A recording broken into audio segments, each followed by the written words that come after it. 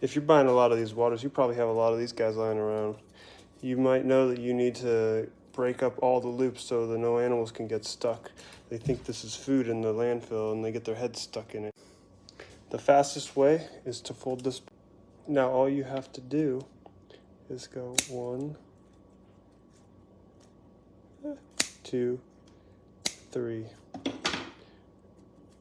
actually 4. And then there won't be any complete loops if you did it right. There's a way to do it.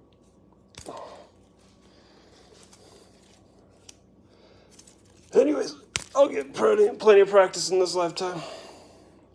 Try it out.